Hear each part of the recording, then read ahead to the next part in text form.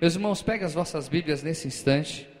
Qual que é o tema da mensagem dessa noite, meus irmãos? Pergunta para o seu irmão: escravo ou livre? De que lado você está? Abra comigo no Evangelho de João, capítulo de número 8, verso de número 31 ao verso de número 35. Evangelho de João, capítulo de número 8, verso de número 31 ao verso de número 35. Aleluia, glória a Deus, glória a Deus. Evangelho de João, capítulo de número 8, verso de número 31 ao verso de número 35. Amém, meus irmãos?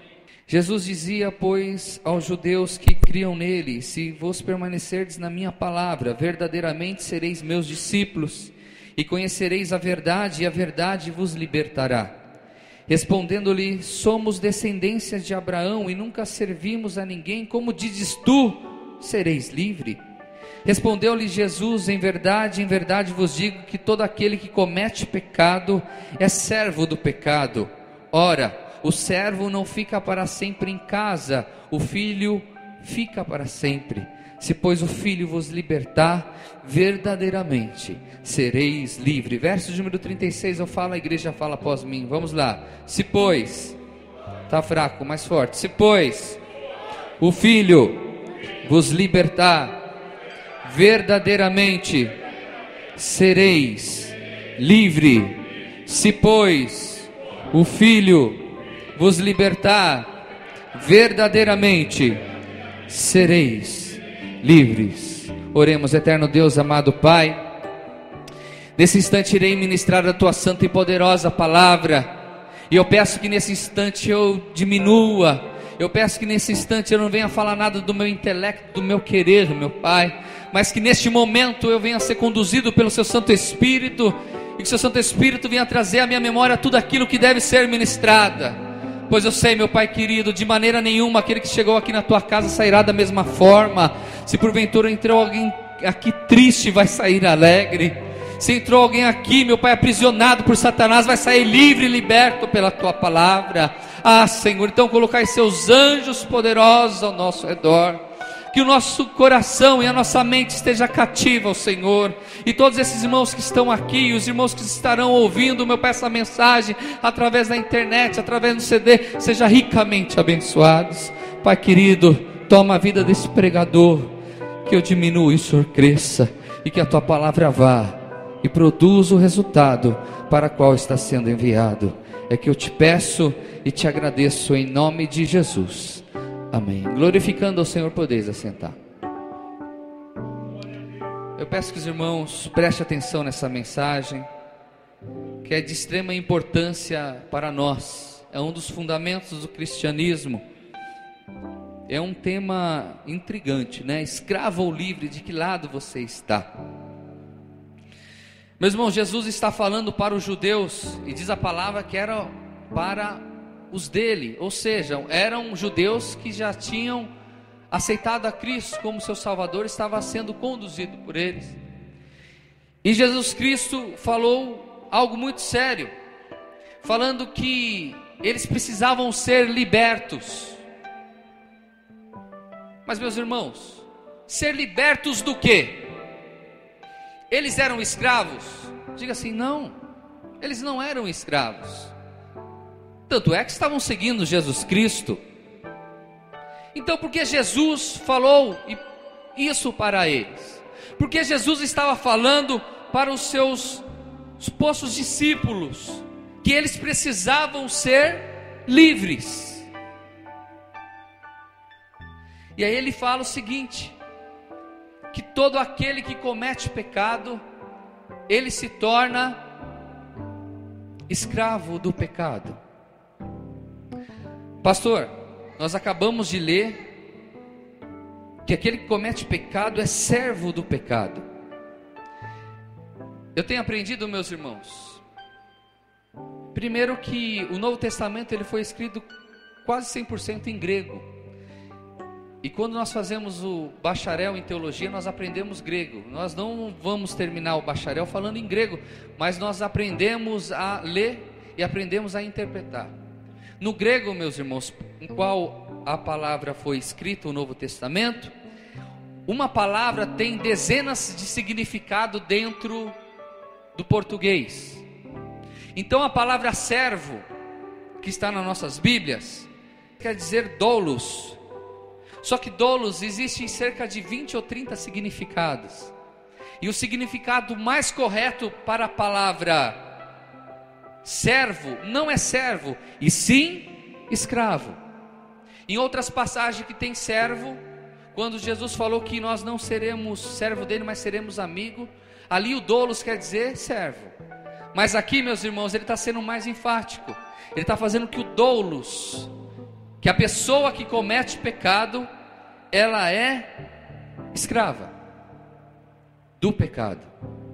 Ela se aprisiona a sua alma ao senhor do pecado, que é Satanás. O primeiro subtema dessa mensagem é escravo. O que é um escravo? Pastor, mas a escravatura no século 17 pela querida princesa Isabel foi abolida. Não tem mais escravatura no Brasil. Vocês concordam comigo? Não tem formalmente, mas em alguns locais distantes, alguns lugares, até na Bahia, no extremo da Bahia, a gente encontra alguns trabalhos escravos.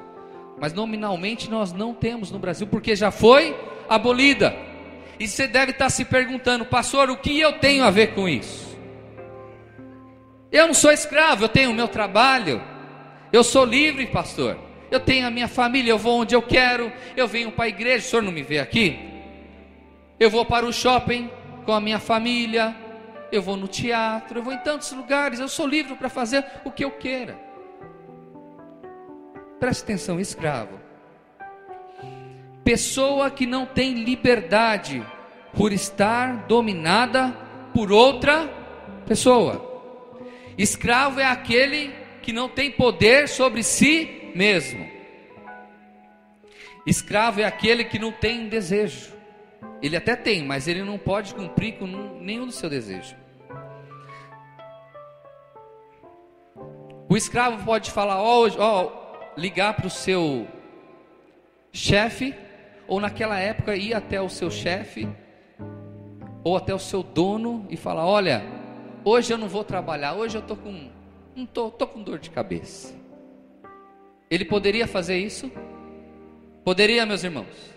Ele poderia falar, hoje é o meu dia de descanso, e hoje eu vou pegar a minha família e vou passear para outras bandas. O escravo pode ou poderia fazer isso na época de Jesus? Diga assim, não. O escravo, ele é bem tratado? De maneira nenhuma, ele é maltratado. Após a descoberta, após 1500, a descoberta do Brasil por Pedro Álvares Cabral, foram deportados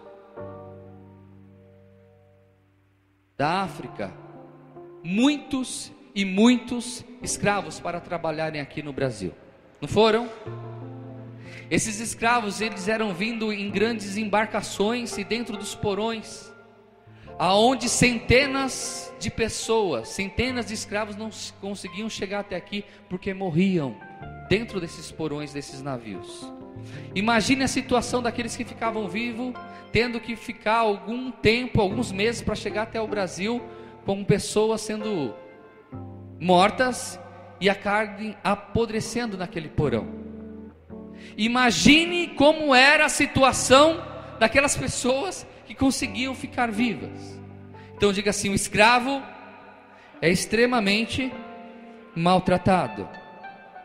Na época de Jesus, um escravo ele podia ser vendido como mercadoria.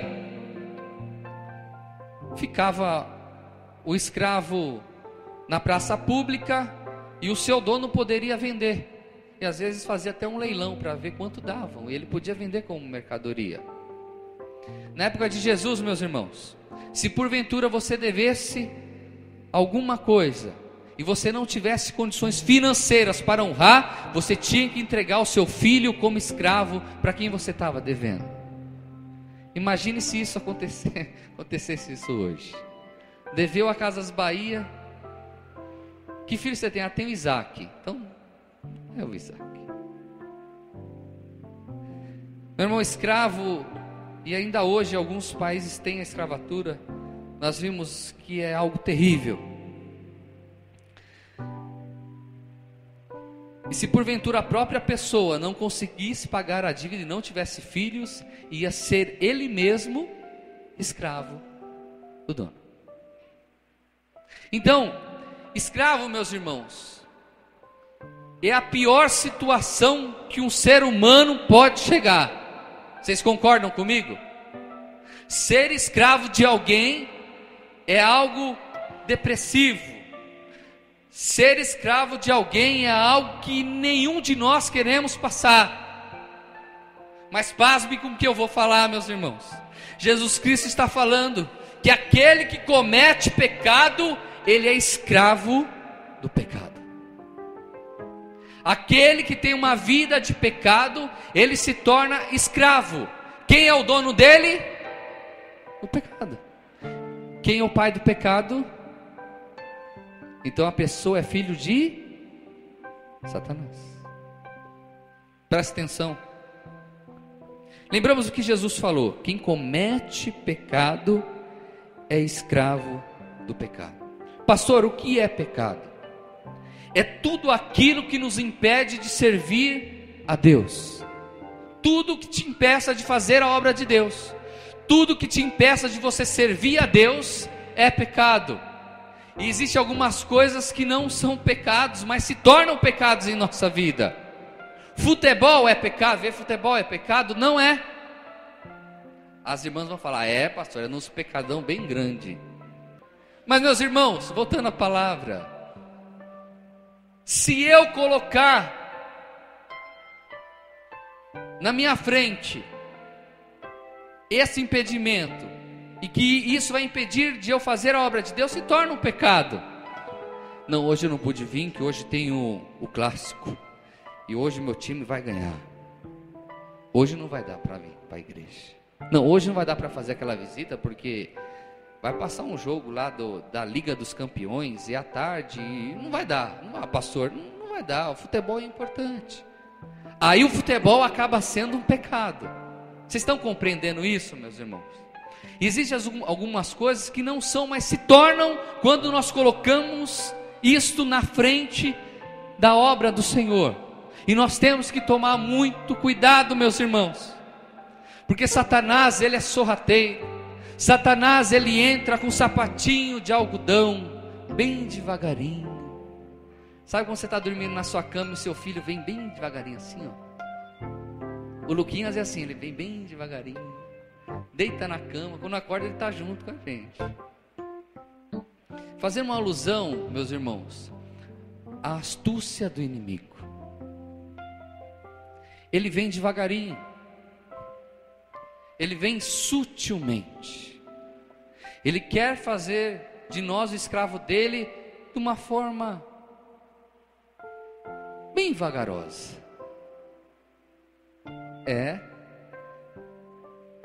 Pecado, meus irmãos, é tudo aquilo que fere a minha vida e fere a vida do meu próximo. Quando eu aborreço o meu irmão, eu peco. Quando eu guardo mágoa no coração do meu irmão, eu peco. Quando eu penso mal dos outros, eu peco.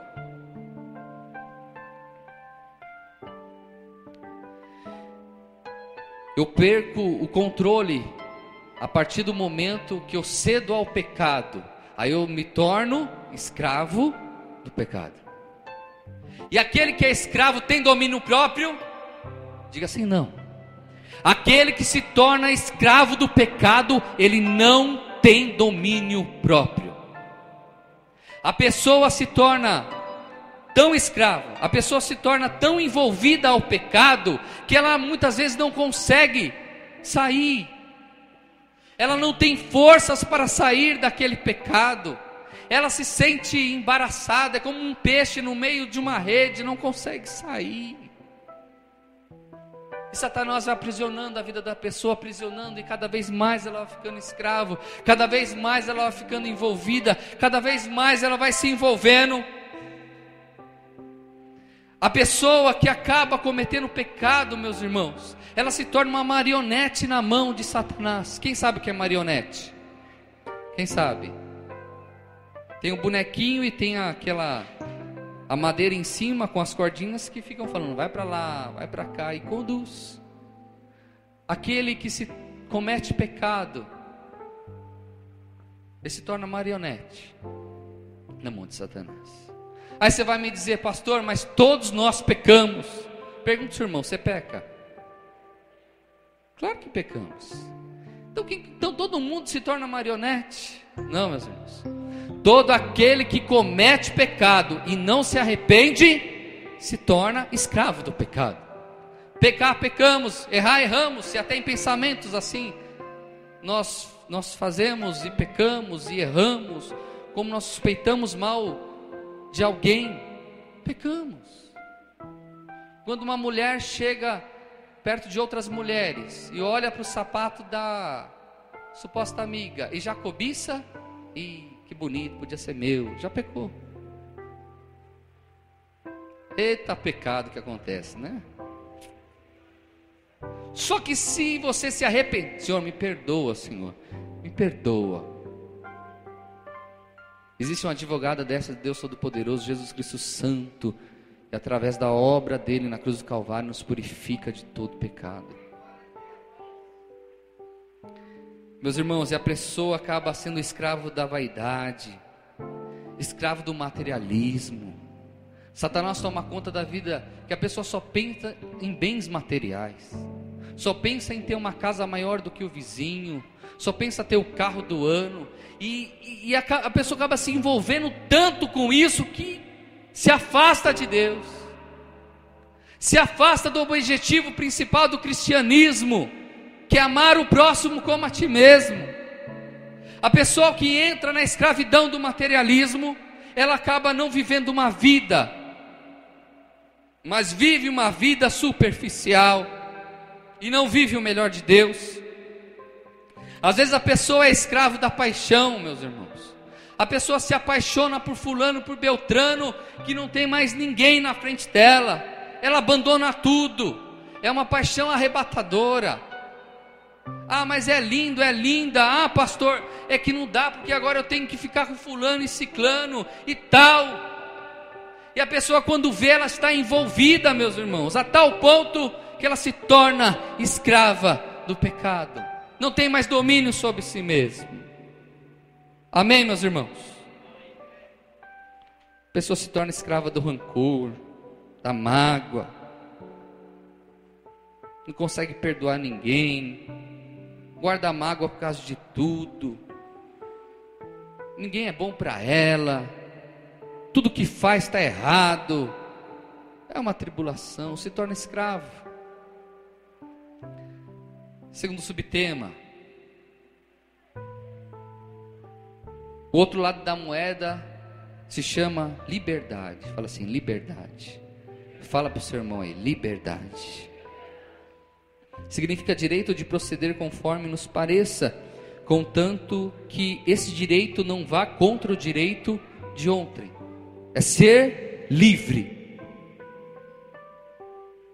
João 8:31 a 33 e 36 diz assim: Jesus dizia, pois, aos judeus que criam nele: se vos permanecerdes na minha palavra, verdadeiramente sereis meus discípulos, e conhecereis a verdade, e a verdade vos libertará. Respondeu-lhe: somos descendentes de Abraão e nunca servimos a ninguém, como dizes tu, sereis livre. Verso de número 36: se pois o Filho vos libertar, verdadeiramente sereis livre.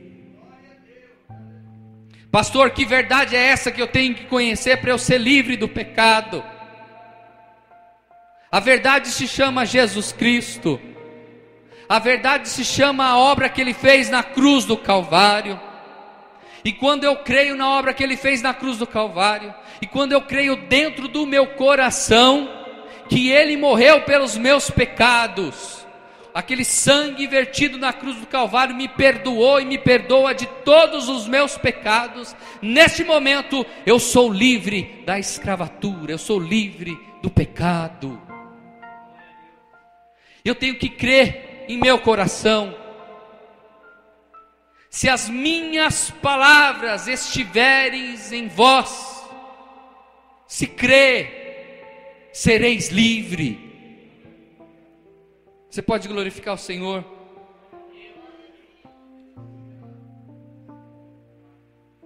Mas pastor, eu peco. Mas pastor, não é fácil.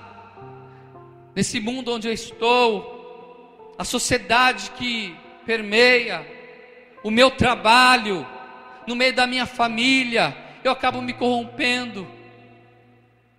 Resistir ao diabo, ele fugirá de vós. Foge, meus irmãos, foge do pecado. E por que o Espírito Santo está nos conduzindo a pregar muito sobre santidade? Porque a palavra fala que sem santidade ninguém verá a Deus. Tome cuidado aonde você está andando. Tome cuidado quais são as suas amizades. Tome cuidado o que está lhe afastando dos caminhos do Senhor. Porque pode ser tarde demais. Pode ser que você esteja num mundo de pecado e a morte venha para ti. O dia que você vai viver menos do que 24 horas. E aí acabou. Ser santo é ser separado deste mundo. Ser santo é viver uma vida de santidade perante Deus, sabendo que nós somos errados, mas se arrependendo dia após dia. 1 João 2:1. Passa o slide. Vamos ler juntos? Meus filhinhos, essas coisas vos escrevo para que não pequeis, e se alguém pecar, temos um advogado para com o Pai, Jesus Cristo, o justo.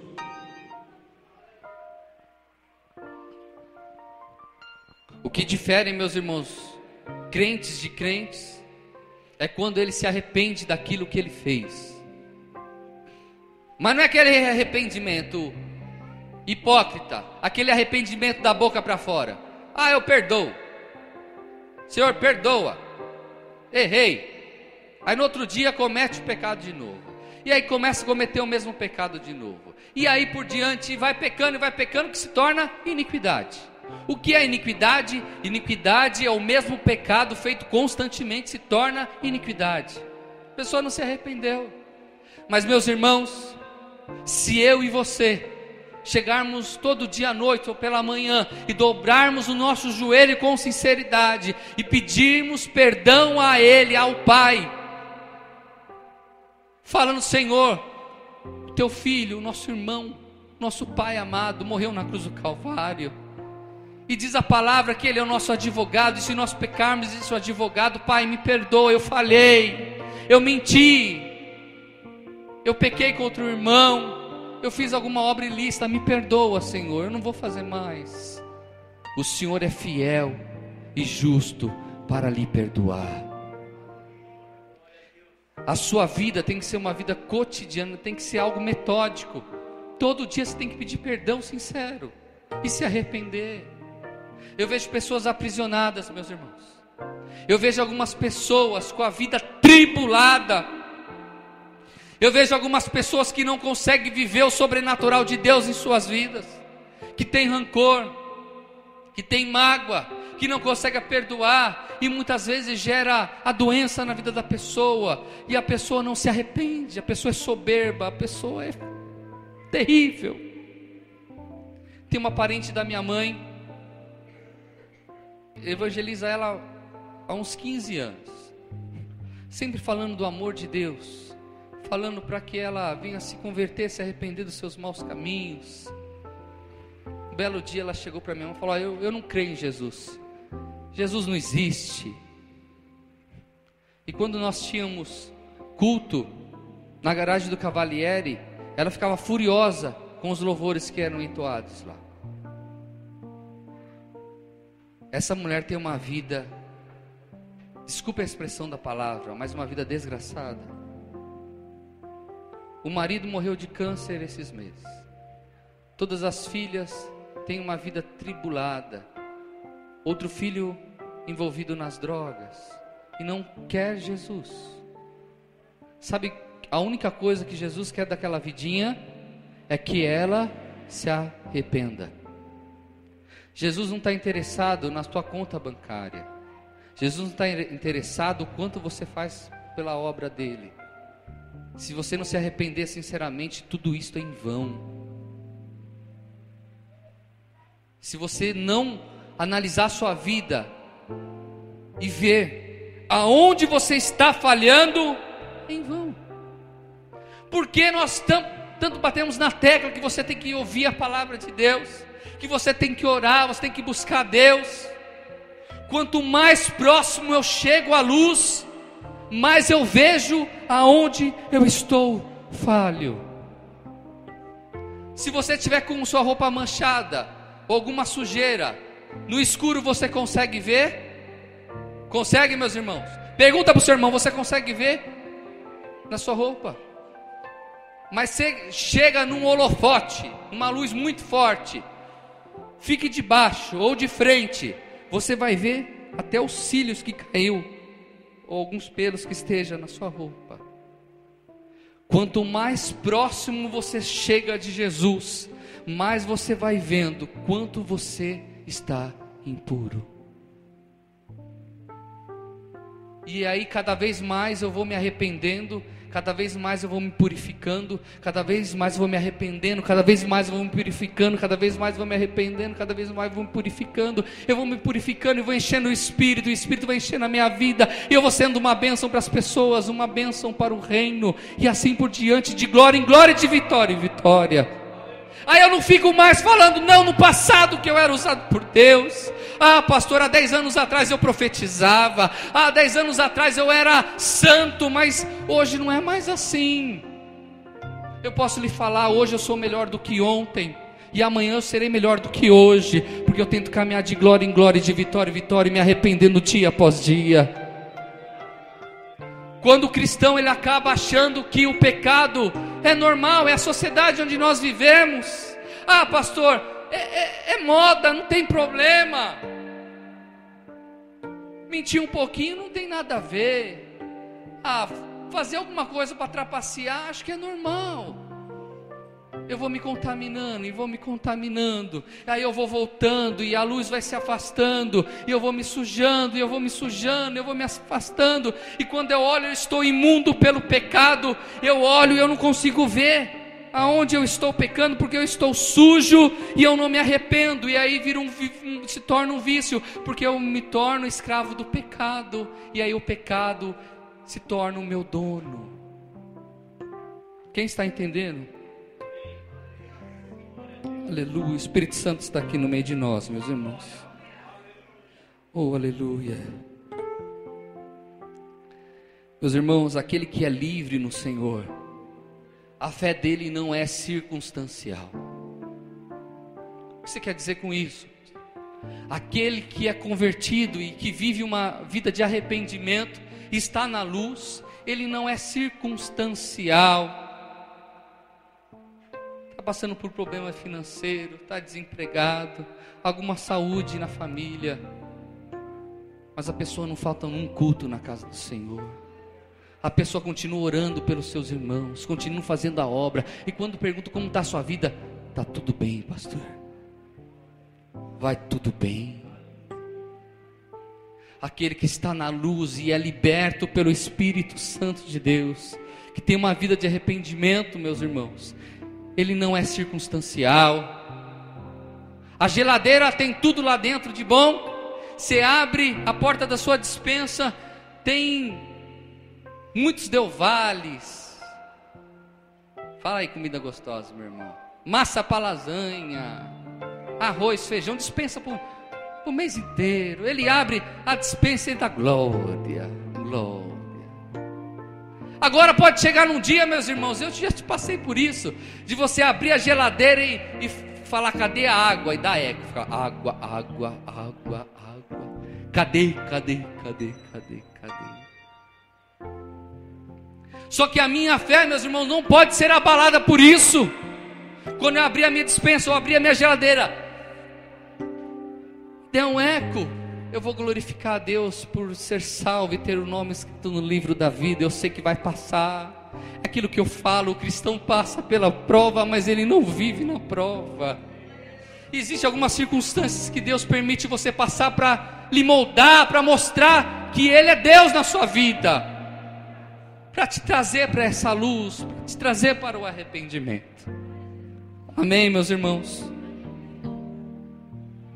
A minha palavra, aquele que é livre e liberto tem a palavra dentro do coração, ele vive a palavra. Existem pessoas, meus irmãos, que elas se convencem da verdade, mas elas não se convertem pela verdade. Lê a Bíblia inteira e sabe que aquilo é certo, ela se convence que aquilo é o certo em fazer, mas ela não se converte pela verdade. Existem muitas pessoas e doutores que conhecem a Bíblia de trás para frente, de frente para trás, conhece a verdade, se convence que aquilo é verdade, mas não se converte pela verdade.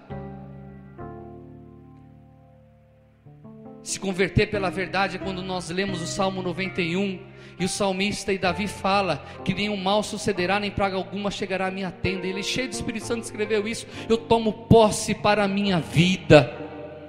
A palavra entra dentro de mim e eu creio nisso. Ah, pastor, fulano, fizeram macumba para você. Eu leio a palavra e a palavra me garante: nenhum mal sucederá, nem praga alguma chegará à minha tenda. Eu tenho a palavra dentro de mim, essa palavra me fortalece. Esta palavra. Como os cristãos não conseguem entender isso? Se as minhas palavras estiverem em vós, eu tenho que ler a palavra e tomar posse para a minha vida como uma promessa. Se Jesus falou, se a palavra falou, glória a Deus. Anjos estarão ao meu redor, meu nome está escrito no livro da vida. Eu não sou preso à religiosidade. A trombeta vai soar e eu vou subir para morar com o meu Senhor. Glória a Deus por isso.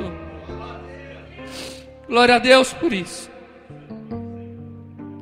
Vejamos um exemplo de um homem que foi um exemplo para nós. Gênesis 39, 5 a 7. Exemplo de uma pessoa presa, mas livre. Gênesis 39, 5 a 7. E aconteceu que desde que o puseram sobre a sua casa e sobre tudo o que tinha, o Senhor abençoou a casa do egípcio por amor de José. E a bênção do Senhor foi sobre tudo o que tinha na casa e no campo. E deixou tudo o que tinha na mão de José, de maneira que de nada sabia do que estava com ele, a não ser do pão que comia. E José era formoso de aparência e formoso à vista. E aconteceu depois dessas coisas que a mulher de seu senhor pôs os olhos em José e disse: deita-te comigo. Creio que todos conhecem a história de José, mas um pequeno resumo. José era um dos filhos de Jacó, eram 12, e José era muito sonhador. José é uma pessoa que sonhava, e Deus mostrava em sonho, através de algumas revelações, o que aconteceria. E através disso surgiu inveja no coração dos seus irmãos, ao ponto dos seus irmãos levar ao deserto e vender José como escravo aos ismaelitas. E José como escravo foi vendido pelos seus irmãos. Potifar compra dos ismaelitas José, e José vai ser o mordomo da casa de Potifar. E Potifar cria uma confiança nele, que abaixo de Potifar quem mandava era José na casa. Só que Potifar não estava, e a mulher de Potifar queria aprontar, meus irmãos. A mulher de Potifar começou a cobiçar José. Diz a palavra que José é um homem bonitão, aparente à vista, um homem chique, meu irmão, um Janequine da vida. E diz a palavra, e nós quando lemos a história, a mulher queria deitar com José de qualquer jeito. E José falando: não, eu não posso, o meu senhor o que vai ter? Eu não posso, eu não vou me contaminar, eu não posso, e se livrando. E se livrando, um belo dia a mulher se ira, pega a capa de José e fala para Potifar que ele tentou seduzi-la.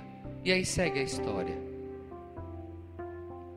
Meus irmãos, no contexto social, quem era escravo era José. Concordam comigo?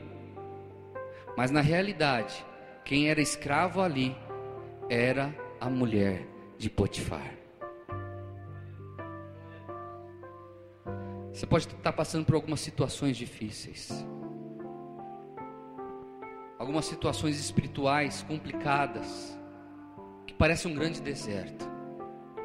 Você pode estar escravo por algum problema financeiro, você pode estar escravo por alguma circunstância, mas se você for livre e liberto pelo Espírito Santo, você vai ter uma vida de paz. A mulher de Potifar tinha toda a riqueza daquele tempo, tinha todos os servos à disposição dela, mas ela era cativa à escravidão da prostituição. Mas José, mesmo sendo vendido pelos seus irmãos, ele poderia ser uma pessoa rancorosa, não poderia ser? Poderia ser uma pessoa que guardasse mágoa no coração. José poderia ser uma pessoa escrava do pecado. O que ele tem a perder? Mulher bonita, o chefe viajou, quer deitar comigo? Deitar. Mas José era extremamente fiel para com Deus. Ele não se contaminava pelo pecado. José não se vendia para Satanás. José não foi escravo do pecado, diferente da mulher. Romanos 6,16 diz assim: não sabeis vós que a quem vos apresentardes por servos para lhe obedecer, sois servos daquele a quem obedeceis? Ou do pecado para a morte, ou da obediência para a justiça? Paulo está falando para os irmãos da igreja de Roma: conforme eu procedo, mostra se eu sou servo do pecado ou se eu sou servo de Deus. E ele fala que aquele que é obediente, servo da obediência, ele é uma pessoa justa, uma pessoa livre. Só Deus conhece o teu coração. Só Deus conhece como é a sua vida nos 7 dias da semana. Eu não sou onisciente, eu não sou onipotente. Até gostaria, meu irmão. Esses dias eu comprei um GPS. Eu fiquei falando para Lili: imagine, Lili, se tivesse um GPS em cada crente. E aí eu tivesse lá na minha casa uma tela bem grande assim, sabendo quando o crente vai pecar e não vai. Aí começa a apitar. Aí o pastor entra: foge, sai fora. Opa, é a pessoa, opa. Mas não tem isso, meus irmãos. Tem alguém que está dentro de você, que é o Espírito Santo de Deus, que está contigo 24 horas por dia, 365 dias ao ano. E é Ele que te conhece. Se você ir no profundo do abismo, lá está contigo. Se você ir em qualquer galáxia, Ele estará junto contigo. Aonde você se esconder, se for embaixo da sua cama, Ele vai estar lá contigo. Ele sabe qual é o seu proceder, meu irmão. Sabe por que o Senhor está falando para que nós sejamos santos, para que nós nos arrependemos e não sejamos escravos do pecado? Porque o que o Senhor tem para a minha vida e para a tua vida é muito maior do que você e eu imaginamos. Só que para que nós alcancemos isso é necessário ser santo e ser separado para o Senhor, e nos arrepender e não ser hipócrita, e buscar o Senhor verdadeiramente, de glória em glória, de vitória em vitória. Feche seus olhos nesse instante. Eu gostaria que neste momento você se desligasse dos seus problemas, que nesse instante você analisasse a sua vida como está perante Deus. Você precisa se arrepender de alguma coisa?